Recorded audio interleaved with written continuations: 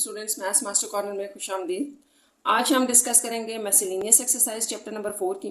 तो इसके first question से स्टार्ट करते हैं, जो कि आपके पास मल्टीपल चॉइस क्वेश्चंस हैं, ऑब्जेक्टिव टाइप है। इसमें है फैक्टर्स ऑफ दिस आर। देखिए फर्स्ट क्वेश्चन में ये पूछा गया कि इसके फैक्टर्स क्या हैं, तो ये आपको स्टूडेंट सॉल्व करके पता चलेगा। ठीक है, तो हम इन सारों को वन बाय वन सॉल्व भी करते जाते हैं। जैसे फर्स्ट पार्ट में लिखती हूँ, तो इसको हम सॉल्व भी करेंगे। फर्स्ट पार्ट था आपका -2 -a प्लस a स्क्वायर। तो आपने याद रखना है कि इसको सॉल्व करने से पहले थोड़ा इसको अरेंज करना है यूं करके। ठीक है, हाईएस्ट पावर सबसे पहले, फिर ये आ जाएगा, फिर कांस्टेंट। इसके बाद आपको पता है कि आप इसको कैसे फैक्टराइज करते हैं, मिड टर्म ब्रेक करके करते हैं। तो हम इसकी कर रहे हैं मिड टर्म ब्रेक। ये आपके पास इसकी मिड टर्म ब्रेक हो जाएगी। ये सब आपने एक्सरसाइजेस में पढ़ा है कि हम इसकी मिड टर्म ब्रेक कैसे करते हैं, कि ये आप रिवर्स करें तो सेंटर वाला नंबर बनना चाहिए। दूसरा ये कि यहाँ पर कोई चीज़ कॉमन नहीं है, हमने वन कॉमन ले लिया तो आपके पास ये आ गया। दूसरी चीज़ जो मैंने आपको बतानी है वो ये है कि आपने ये याद रखना है कि फैक्टराइजेशन में ये दोनों सेम होने चाहिए, तभी आपको पता चलता है कि आप ठीक कर रहे हैं फैक्टराइजेशन या नहीं। इसको अगर आप कॉमन ले लेते हैं तो अंदर आपके पास ये रह जाता है।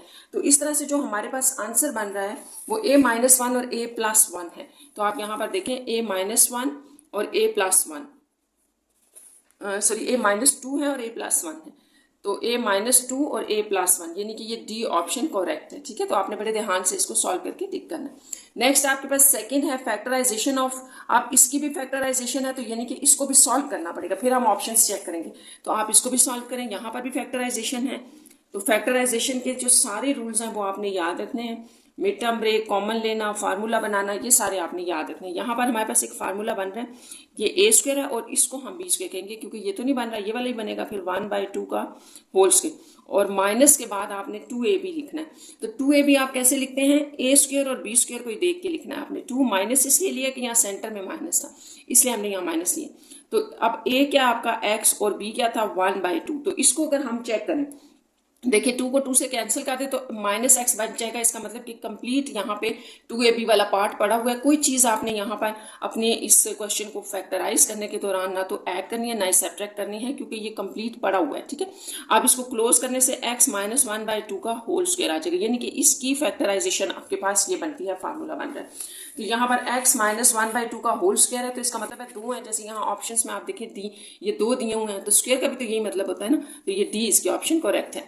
अब नेक्स्ट है कि is the factorised form of. इसी तरह ये जो है ये भी फैक्टराइज, वो इसकी सिंप्लीफिकेशन करनी पड़ेगी, और इसको फैक्टराइज करने के बाद जो एक फॉर्म आएगी, एक आंसर आएगा, वो इनमें से कोई एक होगा। तो इसको भी हम सॉल्व कर लेते हैं। थर्ड पार्ट देखें, ये सारे क्वेश्चंस आपको थोड़े से सॉल्व करने पड़ेंगे तभी होंगे।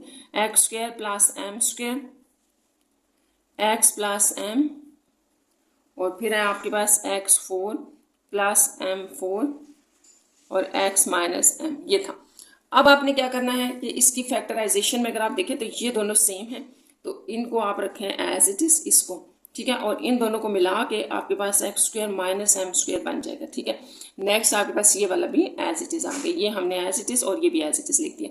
अब यहाँ पर आपके पास अगेन यही फार्मूला लग रहा है। a, इसको अगर आप सारे को a समझे तो a + b a - b बन रहा है। तो आपको पता है इन दोनों को आप ज्वाइन करके क्या आएगा कि ये a है तो इसका स्क्वायर, क्योंकि इस सारे को आप a समझ रहे हैं, इस सारे को b। तो ये देखें, इस यूं करें a + b a - b, तो a का स्क्वायर माइनस b का स्क्वायर, यानी कि स्क्वायर के ऊपर स्क्वायर भी आएगा। इस तरह से हो जाएगा। नेक्स्ट आपको ये पता है आपके पास क्या बन गया, ये बन गया। और यहाँ पर अगेन आपके पास वही आइडेंटिटी लग रही है, a - b वाली हम लगा रहे हैं।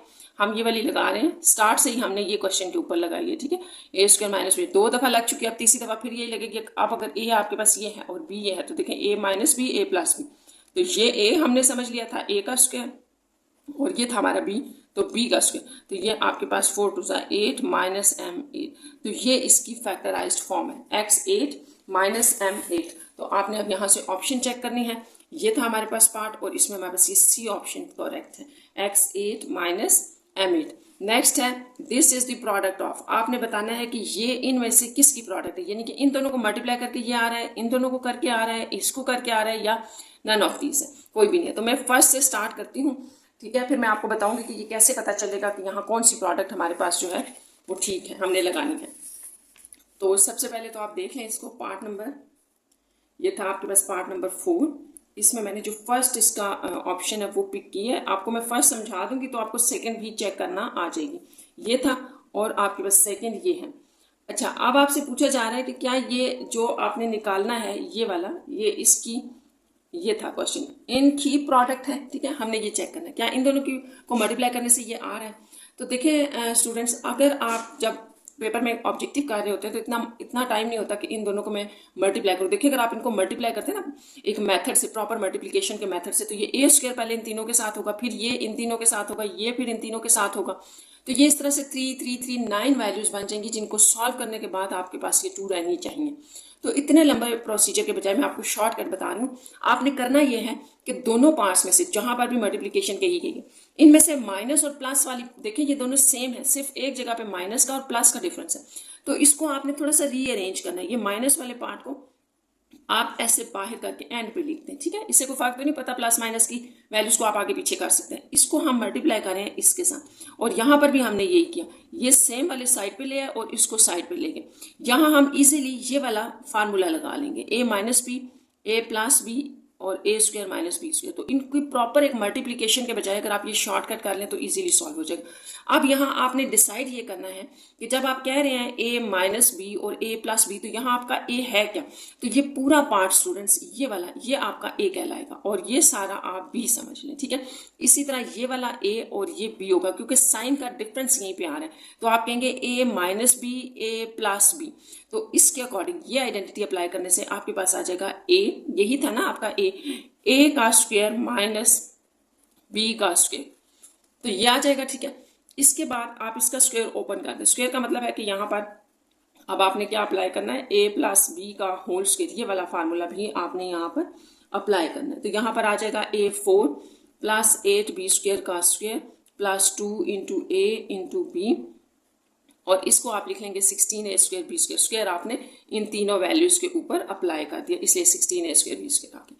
अब यहाँ पर आपके पास देखें A4, यहाँ पर प्लस 64 था, ये 64 B4 और प्लस ये 8 two 16 a square b square minus 16 a square b square आ रहा है, ये कैंसिल, और ये आपका वही है जो यहाँ देखें आपसे पूछा गया था कि क्या ये आ रहा है, तो इनकी प्रोडक्ट से ये आ रहा है। अगली ऑप्शंस आपको चेक करने की जरूरत नहीं है, लेकिन वैसे मैं आपको यहाँ पे बता देती हूँ कि ये चेकिंग इसकी भी ऐसे होगी जैसे ये बी पार्ट है ना।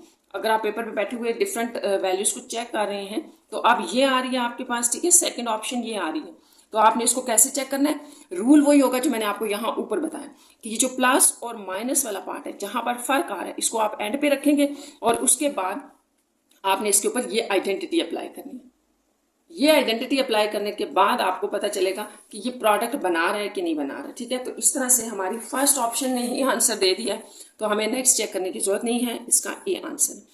अब आपसे पूछा जा रहा है कि दिस इज इक्वल्स, इक्वल इनमें से किसके इक्वल है, तो इसको आपने सिंपल सिंप्लीफाई करना है, ठीक है। सिंप्लीफिकेशन इसकी कर दें तो आपका आंसर आ जाएगा। अब हमने इसकी सिंप्लीफिकेशन कैसे करनी है, तो पहले हम लिख लेते हैं, हमारे पास है x into 2a plus 3b plus 7, ये एक वैल्यू है और प्लस के बाद ये सारी जो है वो दूसरी वैल्यू है। तो यहाँ आपको दो वैल्यूज दी गई हैं, एक ये सारी वैल्यू है प्लस के बाद ये दूसरी है। तो आपने यहाँ देखना ये है कि हमें नजर आ रहा है कि x दोनों में कॉमन है, हम x बाहर ले लेते हैं, अंदर देखें ये वैल्यूज रहेगी फर्स्ट पार्ट में, प्लस के बाद ये रहेगी। तो बस इसको आप सॉल्व करें तो आपका आंसर आ जाएगा, ठीक है।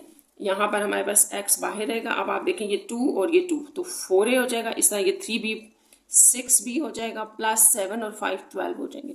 फर्दर आप यहाँ पर 2 कॉमन ले लें तो आपके पास 2a प्लस 3b प्लस 6 होगा।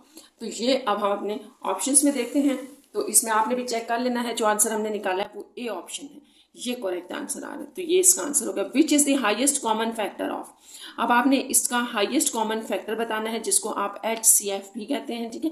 तो हाईएस्ट कॉमन फैक्टर के लिए आपको पता है इनको हमने फैक्टराइज करना है और फिर इनमें से जस्ट आपने कॉमन पिक कर लेना है, तो वो हाईएस्ट कॉमन फैक्टर होगा। तो इसको भी हम सॉल्व करके ही देखेंगे। यहाँ पर आपके पास जो नेक्स्ट पार्ट आ रहा है, ये था आपके पास पार्ट नंबर 6, तो इसको आपने कैसे करना है, 6 नंबर पार्ट को लिख लेते हैं। आपके पास 12x स्क्वायर वाई स्क्वायर है, 6xy क्यूब है और 24x2y2 है। तो HCF को थोड़ा रिकॉल कर लें, आप क्या करना है, हमने सबसे पहले हम पहले ये वैल्यू लिखते हैं 12x स्क्वायर वाई स्क्वायर, तो इसके फैक्टर्स आप कैसे बनाते हैं, तो हम इसको लिख सकते हैं 2 इंटू 2 इंटू 3, यानी कि यहाँ माइनस भी है, 12 को हमने ब्रेक कर दिया। इसी तरह x आपके पास 2 हैं, y भी 2 हैं, नेक्स्ट आप कर लें 6xy³ को, तो 2 × 3 होता है 6, और ये x और y 1 2 3, ये थोड़ा मैंने इनके नीचे लिखा है ताकि हम कॉमन पिक कर लेंगे। 24x² y² लिख लें, तो 24 आपके पास 2 × 2 × 3, यानी कि पहले 12 बना लें, ये 3 4 से 12 होगा ना, और 12 2 से 24 होता है, तो 2, यानी कि ये सारे आपके पास बना देंगे 24। और फिर x आपके पास 2 हैं और y भी आपके पास 2 हैं, तो कॉमन जो होंगे कॉमन फैक्टर्स, ठीक है, वही आपके यहाँ पर HCF भी है। तो कॉमन क्या होगा, देखें आपने इस 2 को किया, ठीक है, ये 2, तीनों में जो कॉमन होगा वो आपने लेना है, तीनों में। ये हो गया, इसके बाद यहाँ 2 है, यहाँ 2 नहीं है, यहाँ है, तो फिर आप वो 2 नहीं लेंगे, 3 ले लें। चलें, ये देखें 3 कॉमन है तीनों में, x कॉमन है तीनों में। अब यहाँ x और x तो मिल रहे हैं, यहाँ आपको x नहीं मिल रहा तो ना लें, ठीक है। यहाँ y कॉमन है, एक y कॉमन चला गया, ये 2, तो ये आपके पास कॉमन आ गए हैं। तो कॉमन आपने कैसे करने हैं, जो तीनों में कॉमन होंगे, तो यहाँ से एक 2 पिक करेंगे आप, ये वाला, इसमें से आपने 3 पिक किया, यहाँ से x, यहाँ से y और y, तो इस तरह से ये 3 2 6 xy², तो ये आपका HCF बनेगा मल्टीप्लाई करके।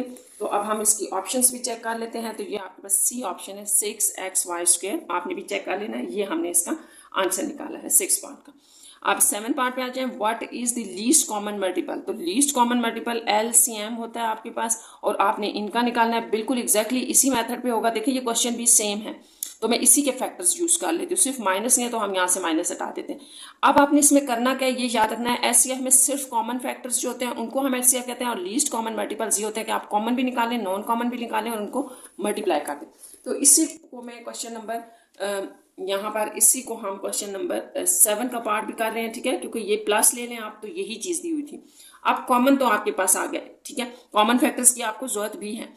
अब यहाँ से आप नॉन कॉमन भी निकाल लें, क्योंकि आपने याद रखना कि LCM जो होता है ना आपके पास, वो नॉन कॉमन और कॉमन की मल्टीप्लिकेशन होती है, प्रोडक्ट होती है। तो नॉन कॉमन आपने बड़े ध्यान से लेने हैं, क्योंकि नॉन कॉमन में अक्सर जो है वो स्टूडेंट्स मिस्टेक्स कर देते हैं। तो नॉन कॉमन आपने इस तरह से लेने हैं कि जहां पर अभी कॉमन आपने उनकी बात की जो तीनों में होंगे, तो नॉन कॉमन जो आपके पास रिमेनिंग है वो होंगे, लेकिन जब आप इसके अंदर LCM फाइंड आउट कर रहे होते हैं, तो जो आपके पास रिमेनिंग रह गए हैं ना, उनमें भी आपने देखना है, अगर किसी 2 में सेम आ रहे हैं तो वो आपने 1 लेना है। जैसे ये देखें, ये 2 और ये 2 दो वैल्यूज में सेम आ रहे हैं, तीसरी में नहीं थे, लेकिन आप लेंगे इसको 1 ही लेंगे, ठीक है, ये चीज़ याद रखनी है।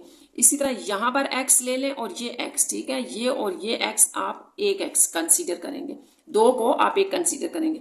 अब ये तो सिर्फ 1 एंड ओनली 1 रह गया, तो ये आप y ले लेंगे, ये भी हो गया, और ये 1 रह गया था, ये कहीं पर भी आपके पास पेयर नहीं बना रहा, तो ये भी 1 आ जाएगा। तो इस तरह से आपके पास कॉमन ये है और नॉन कॉमन आपके पास है 4xy। तो LCM आपका क्या बना, LCM आपका होता है कॉमन प्रोडक्ट नॉन कॉमन।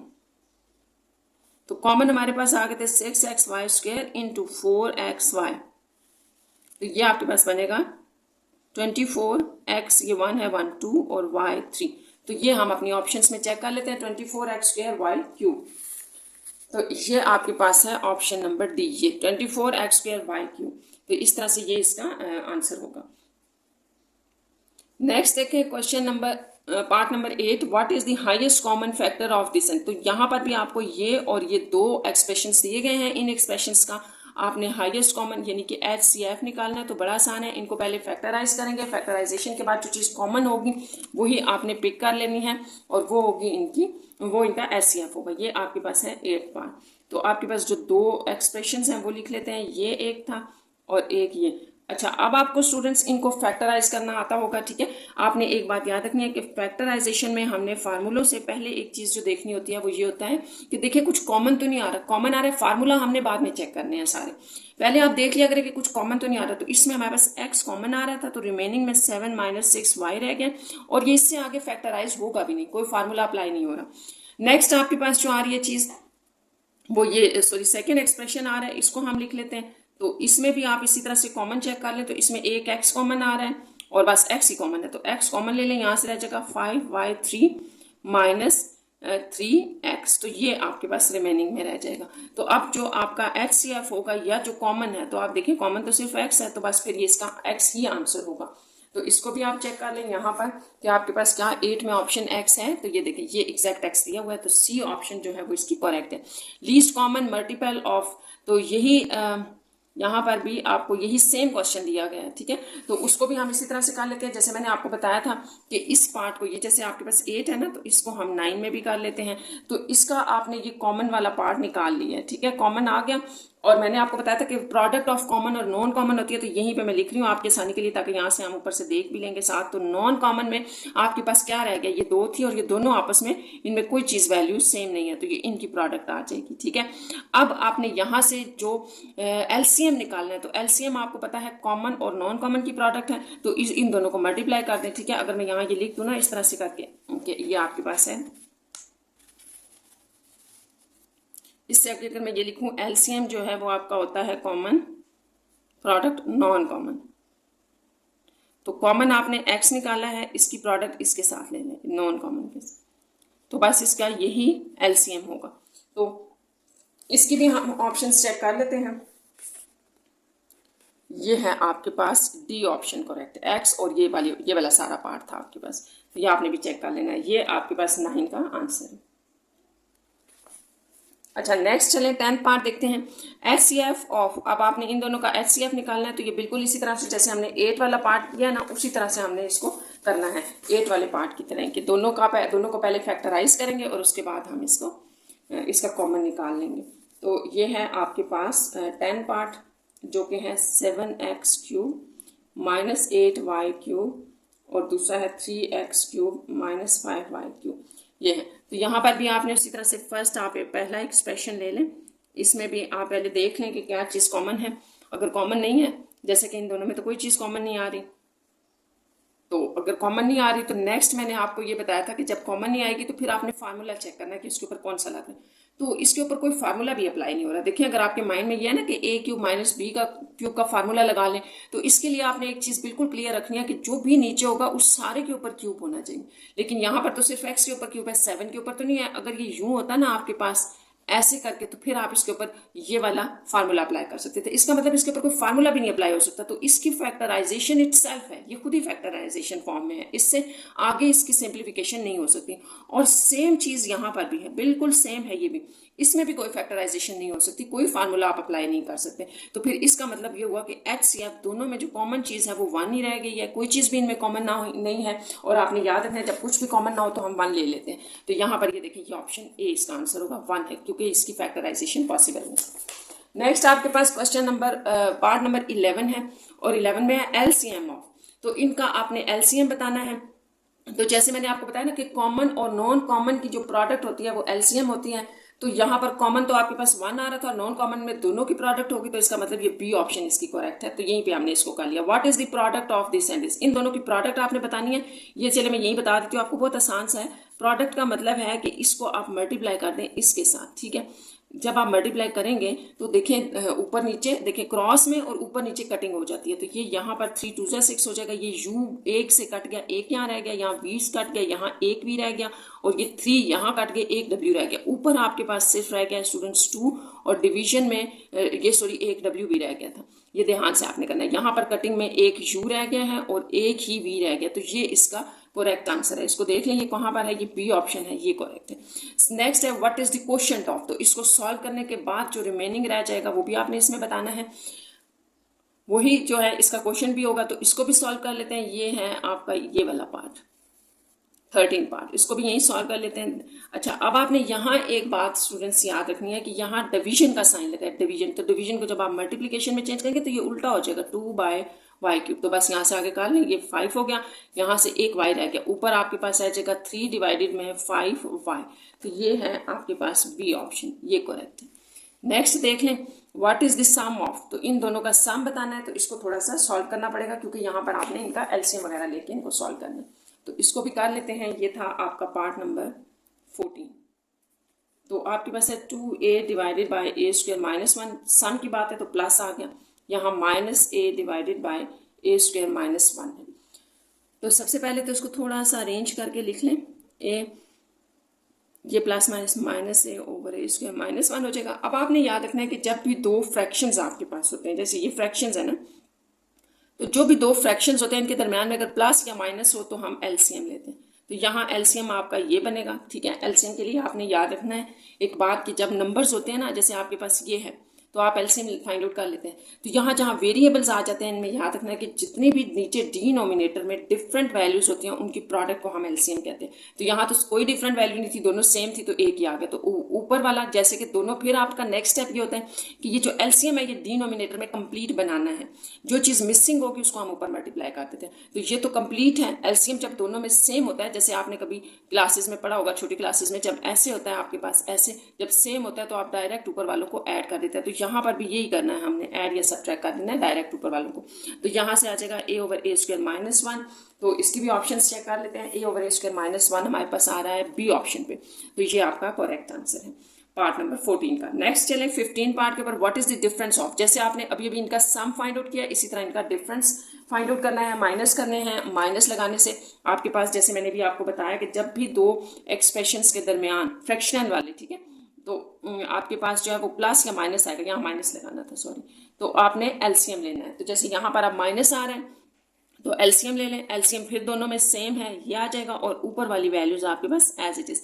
तो ये दोनों का साइन सेम है, माइनस है, ये ऐड हो जाएंगे और साइन माइनस का लग जाएगा। तो -3x -x -4x, और ये आपका करेक्ट ऑप्शन है। तो इसको भी देखते हैं कि ये कहाँ पर है। ये है आपकी करेक्ट ऑप्शन डी पार्ट में, -4x/x+। तो इस तरह से 15 का जो है वो डी पार्ट करेक्ट है।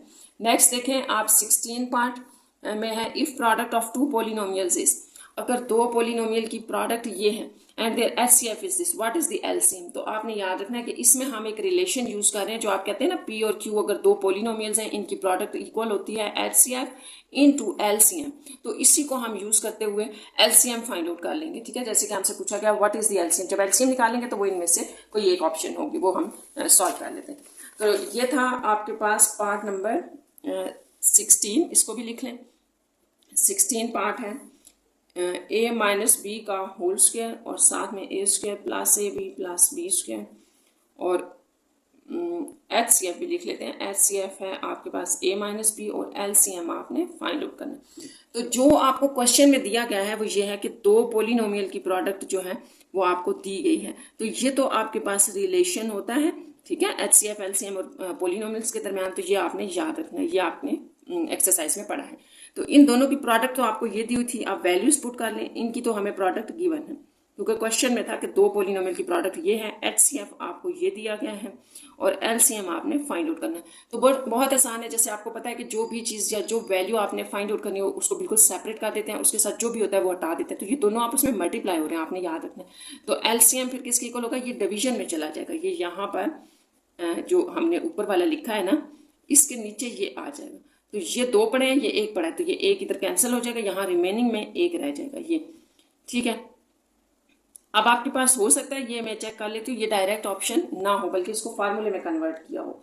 जी बिल्कुल, इसको फार्मूले में किया। तो ये आपने याद रखना है, ये आपके पास फार्मूला होता है a³ - b³ का, ये याद करें फार्मूला, ठीक है, ये होता है। तो LCM ये हुआ। तो इसी तरह से यहाँ पर जो आपके पास ऑप्शंस में अगर हम देखें तो हमारे पास ये इसका a³ - b³ ऑप्शन है ना, ये बन रहा है, ये भी नहीं बन रहा, ये भी नहीं बन रहा। तो यही आपके पास जो है ना वो करेक्ट ऑप्शन है कि उसको आपने क्लोज भी करना है फार्मूले में। तो ये आपके पास a³ - b³ हो जाएगा। नेक्स्ट 17 पार्ट है, if the product of HCF and LCM of two polynomial is this, ठीक है, then what will be the product of this polynomials. तो फिर इन पोलिनोमियल्स की प्रोडक्ट क्या होगी। आपने बिल्कुल एग्जैक्टली यही रिलेशन यूज करना है। अब थोड़ा सा उल्टा दिया गया कि अगर HCF और LCM की LCM ऑफ टू पोलिनोमियल्स, अगर HCF ये है, LCM ये है, दोनों आपको दिए गए हैं, then what will be the product of these polynomials. तो फिर इन पोलिनोमियल्स की प्रोडक्ट क्या होगी। आप इनको मल्टीप्लाई करेंगे ना तो ये पोलिनोमियल की प्रोडक्ट आ जाएगी। सिंपल, आपने यहाँ पर इनको मल्टीप्लाई करना है। नहीं समझ आएगी अगर तो चले मैं आपको फिर बता देती हूँ कि हमने करना क्या है। ये पहले आप लिख लें, HCF और LCM जो है वो आपको गिवन है, ये दोनों आपको गिवन है इकट्ठे। ये आपसे P×Q यानी कि दोनों जो पोलिनोमियल्स हैं उनकी प्रोडक्ट पूछी गई है, और आपको पता है ये रिलेशन है आपके पास। रिलेशन हमने अभी पीछे यूज भी किया। रिलेशन क्या होता है कि दो पोलिनोमियल्स को मल्टीप्लाई करो तो वो HCF और LCM के इक्वल होते हैं। तो अभी आपको ये चीज गिवन है, ऐसे है, ठीक है। और ये आपको पूछा गया है कि दो पोलिनोमियल की प्रोडक्ट निकाल दें, तो आपके पास जो ऑप्शंस है ना उनमें एग्जैक्टली ये नहीं दिया हुआ, तो इसका मतलब कि इनको थोड़ा सिंप्लीफाई करके दिया गया है, तो वो हम चेक करेंगे कि ये कैसे दिया हुआ है। तो इसको आप ओपन करते हैं, बड़ा आसान सा है, क्यूब का फार्मूला ओपन करते हैं, अभी अभी हमने यूज़ किया है, जैसे ये वाला था कि a³ माइनस b³ इसके इक्वल होता है, तो इसी तरह आपके पास जो x³ माइनस y³ होता है इसका फार्मूला ये होता है, यहाँ माइनस लग जाता है, बीच में प्लस आ जाता है, ये याद रखना, और ये आपके पास आ गया। ठीक है, इसके बाद इनको दोनों को इकट्ठा कर दें, ये x माइनस वाई है, x प्लस वाई है, तो x square minus Y square आप लिख सकते हैं, इसको दोनों को कंबाइन कर दिया, आपके पास ये आ जाएगा। ठीक है, तो ये ऑप्शन आपने चेक करनी है और ये ऑप्शन आपके पास है। ठीक है, मैं आपको दिखा देती हूँ। क्वेश्चन नंबर 17 का पार्ट नंबर ये C17 का C ऑप्शन, ठीक है, क्योंकि हमने यही आंसर अभी भी निकाला है, तो आपने इसको थोड़ा सा सिंप्लीफाई करना है ताकि आपके पास एग्जैक्ट आंसर आ जाए। What is the square root of, next question ये है कि इसका स्क्वायर रूट फाइंड आउट कर दें, तो ये भी बहुत आसान सा है। स्क्वायर रूट के लिए आप बस इसके ऊपर स्क्वायर रूट ले लें और फिर इसको सॉल्व कर लें, तो देखते हैं क्या आ जाएगा। ये है आपके पास 18 पार्ट नंबर 18, 36x 6y 16। तो आपको पता है स्क्वायर रूट क्या होता है, स्क्वायर रूट का तो मतलब ये हो गया ना कि आप ये ले लें। ठीक है, जब आप ये लेंगे स्क्वायर रूट, तो फिर आपने इसको ऐसे करना है। आपको ये भी पता है कि स्क्वायर रूट की वैल्यू 1/2 होती है, ये जो स्क्वायर रूट होता है सिंपल वाला, इसकी वैल्यू 1/2। अब ये जो वैल्यू होती है पावर की, सबको इंडिविजुअली दे दे, सबको दे दें, तो ये 36 के ऊपर 1/2 आ जाएगा, या रूट लिख लें, आपकी मर्जी है, यहाँ 1/2 लिख लें, यहाँ ये 16 था, इसके ऊपर भी 1/2, तो ये 36 का रूट 6 होता है, ये 3 रह जाएगा x3, और ये 8 y8। तो इस तरह से ये आपका आंसर है, 6x की पावर 3 और y की पावर 8। तो ये हमारे पास ऑप्शन सी पार्ट आपके पास आ रहा है, और ये इसका करेक्ट आंसर है। नेक्स्ट है आपके पास what is the square root of, तो जिस तरह से आपने उसका स्क्वायर रूट निकाला है, इसका भी निकालना है। यहाँ चले मैं इसको कर देती हूँ, ये देखें ये था, ऊपर 4 पावर है, और स्क्वायर रूट का क्या मतलब मैंने आपको बताया 1/2, यही बताया ना, स्क्वायर रूट 1/2 के इक्वल होता है, तो इसको काट दें यहाँ 2, तो बस ये आपके पास बच गया है। इसको प्लस माइनस में लिखा हुआ है, तो आप भी प्लस माइनस में लिख लें, इसका ये आंसर होगा 2 बचा है ऊपर, तो यहाँ पर 15x square minus 7y square का ऊपर स्क्वायर भी बचेगा। ये देखिए इसमें स्क्वायर नहीं है, और इसमें अंदर वाली वैल्यू कंप्लीट नहीं है, ये भी ठीक नहीं, तो ऑप्शन ए जो है वो करेक्ट है 19 पार्ट का। नेक्स्ट हम देखते हैं कि हमारे पास क्या है लास्ट। अच्छा, what is the square root of, अब यहाँ पर भी स्क्वायर रूट की बात की गई है कि आपने स्क्वायर रूट फाइंड आउट करना है, स्क्वायर रूट इसका फाइंड आउट करना है। तो इसका स्क्वायर रूट आपके पास क्या होगा, सबसे पहले एक बात क्लियर कर लें, ऊपर स्क्वायर जब होता है ना स्क्वायर, तो ये माइनस खत्म हो जाएगा, यानी कि ये क्वेश्चन आपके पास कुछ इस तरह से आ जाएगा, ऐसे रह गए सिर्फ। ठीक है, ये माइनस खत्म हो गया, फिर इसके बाद जब आप इसका स्क्वायर रूट लेते हैं तो ये कैंसिल हो जाएगा, सिर्फ ये चीज़ आएगी, और ये आपके पास सिर्फ सी ऑप्शन में, तो ये इसका करेक्ट आंसर है। यहाँ पर ये आपका ऑब्जेक्टिव का क्वेश्चन नंबर 1 कंप्लीट हो गया।